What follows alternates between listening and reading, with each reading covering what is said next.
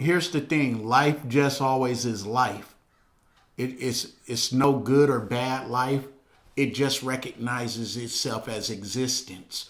So as life continues onward, it's going in a very radioactive, dangerous, Mad Max Beyond Thunderdome kind of manner. But nonetheless, that's life. A new baby born into that, and that's all it's ever known. That's all it's ever known. I'm working on new music as far as electronic music. Um, Kind of more housey things. But I mean, I keep my teeth with the barbed wire, for no crossing. Um, and lyrically, I always have discussions for people over percussions. Um, I just my discussions are for those who want to listen. I don't force it on these youngsters who don't. They think that they're highly skilled and lyrical. I think that they're not, and that's okay.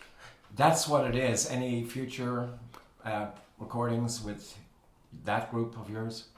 It should be. In the album, Fanatic was supposed to be putting it together and doing the release, but he's doing big rig driving now. He's driving 18 wheelers. You're kidding. Yeah, nah, and he finds himself in Buffalo, New York right now.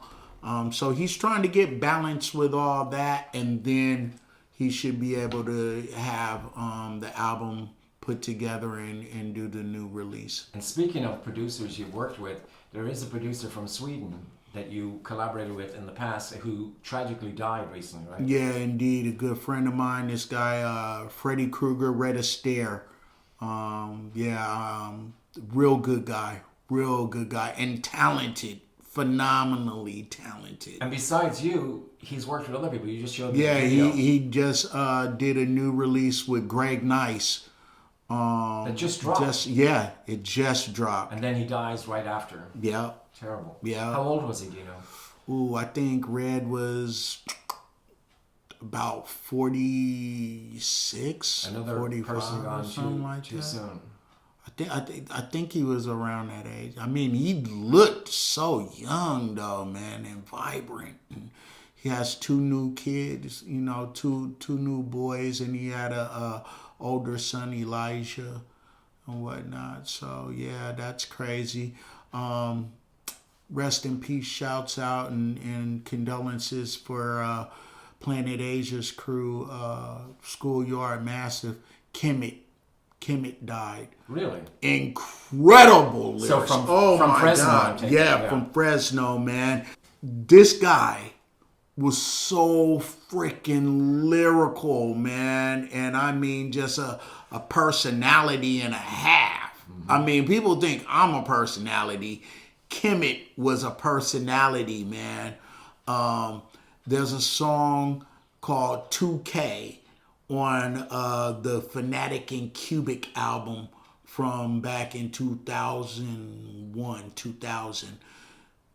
Man, you could hear his skill there. He sounds like an advanced version of E40. Like all that. And it don't sound freestyle fellowshipy.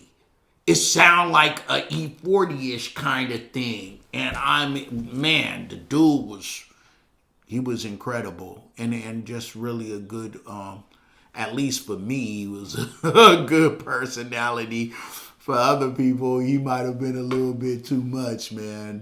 He was a wildcat, man. Nah, it hadn't really been anything. I mean, people are trying to Tyler, the creator, I guess the people are trying to push on me. There's some things I find interesting about it, but I wouldn't call it rap. I don't hear him rapping on the stuff that I've heard that sounds like rap. I mean, it's not rap. It's more of like a good electronic music. It's kind of Pharrell without Pharrell. When myself and Senior Gigio were chatting here yesterday, we were talking about kind of, about how they're like the commercial stuff, generally speaking, commercial hip hop tends to get hip hop a bad name. It Now, does. There's tons of great music out there. You just got to look for it. So It does. would you Now agree with that? yeah, but I would say, Like the underground I artists find- who maybe only get like 100 views on YouTube, but are incredible. I find, like, say for instance, GGO's project. Yeah, I enjoyed it thoroughly. folklore. Yeah, Right. I enjoyed it thoroughly. I take for granted that I know GGO.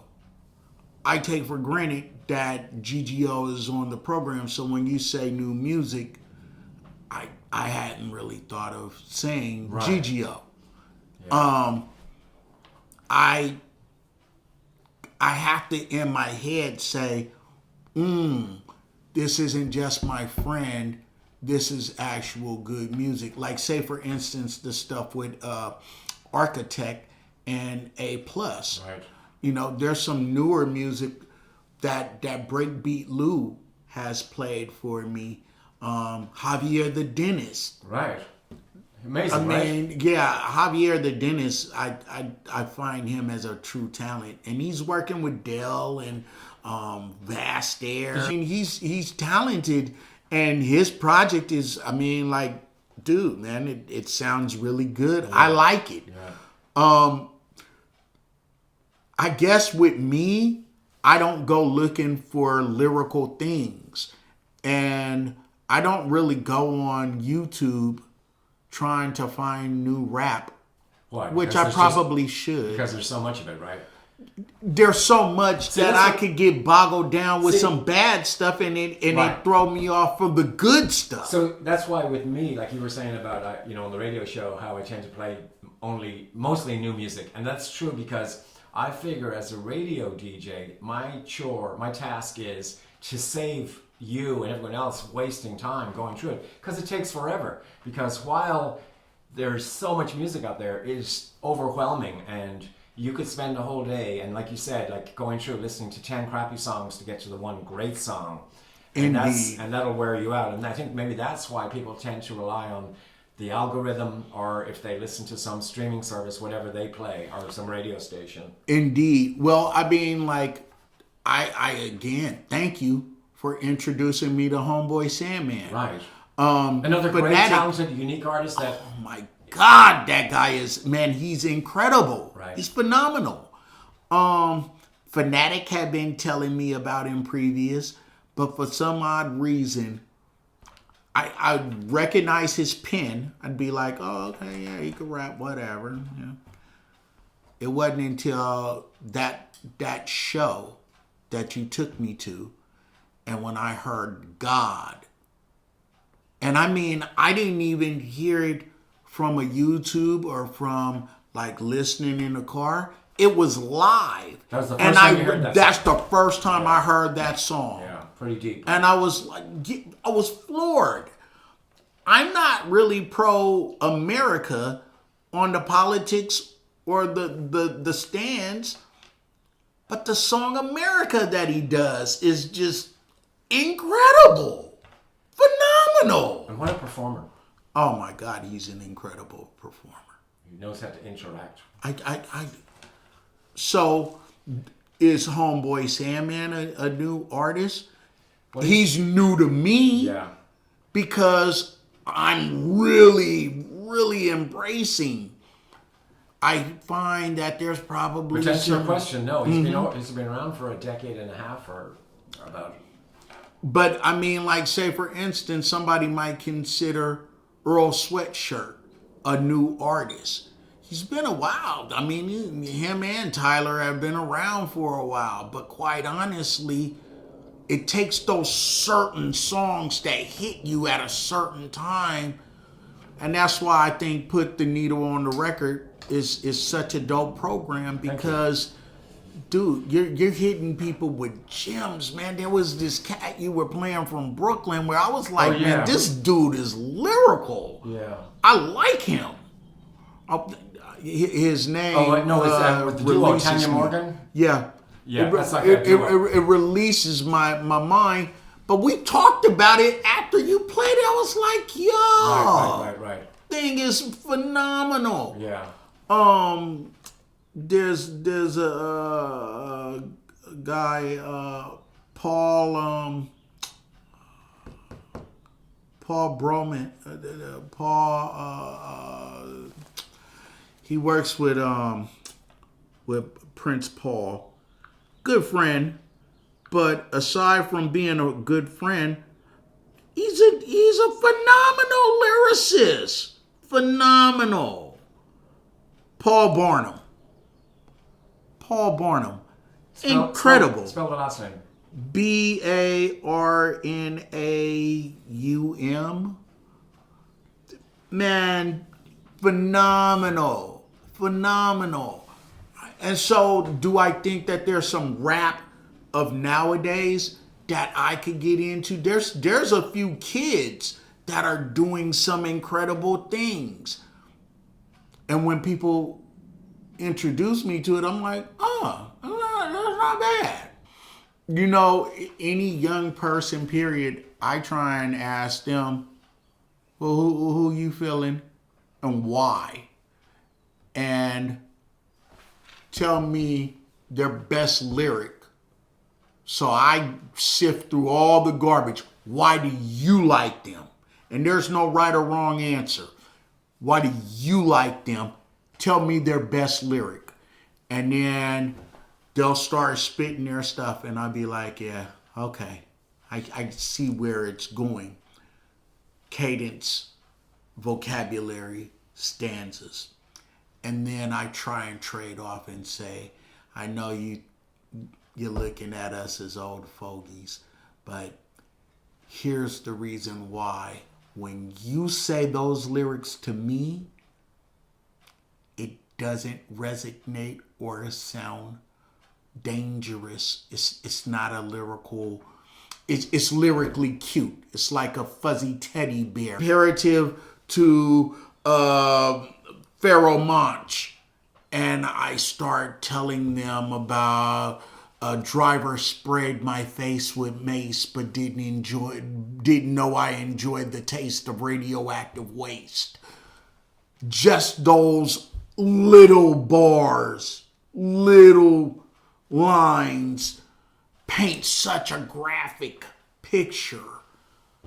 I'm like, man, I'm not saying you guys are wrong, but that's where our heads was at. If you listen to a Follow the Leader lyrically, don't even go into the music. Just take it as an acapella and listen to the way Rakim formulates his rhyme, and close your eyes graphically to see what he's saying. It's insane. I think that good music is timeless. And I think that popcorn music, i.e. corny music, is timeless for the mindless.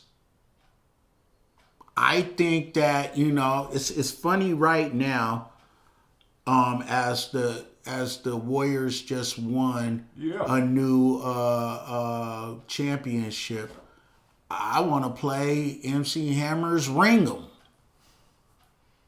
I don't like Hammer. I've never liked Hammer lyrically, but Ring 'Em just is my mood. It's speaking to me so much, When the bell goes on, make me want to scream. Every time you hear it, the bells will ring. Ring 'em!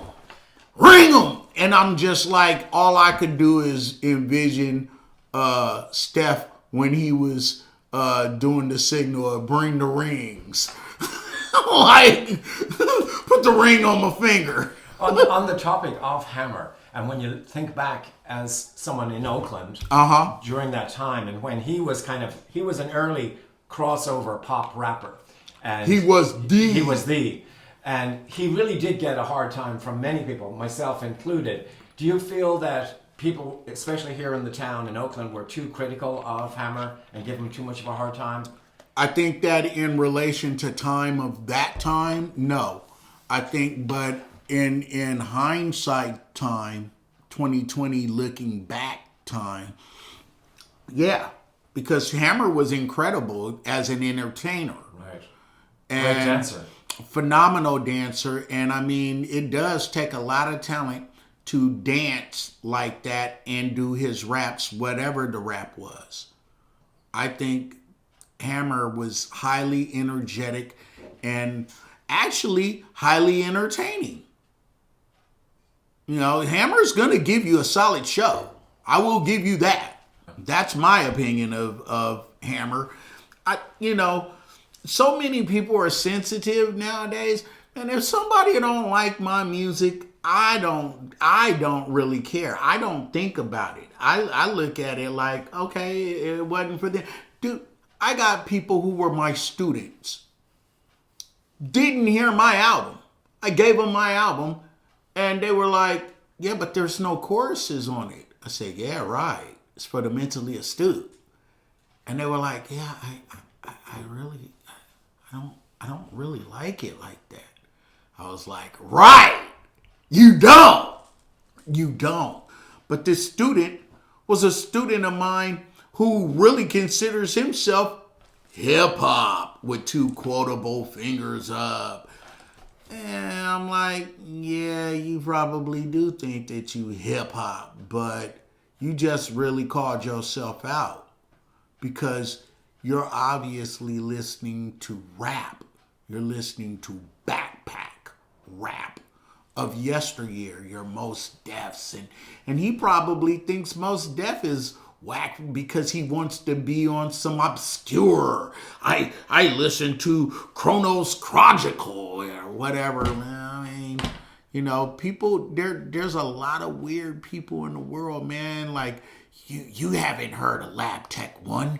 That's real lyrical stuff because not too many people have heard of Lab Tech One. And so they feel that they're so avant-garde. Especially the Anacon following and people like that, and people who was early listeners of Atmosphere, and amazing that LP has gone on to do Run the Jewels, and it's big and large, but that started off as, have you heard of Company Flow? And people be like, huh? Really? Yeah. Thank you, BAS-One. No problem. Love you all. Bombing sound.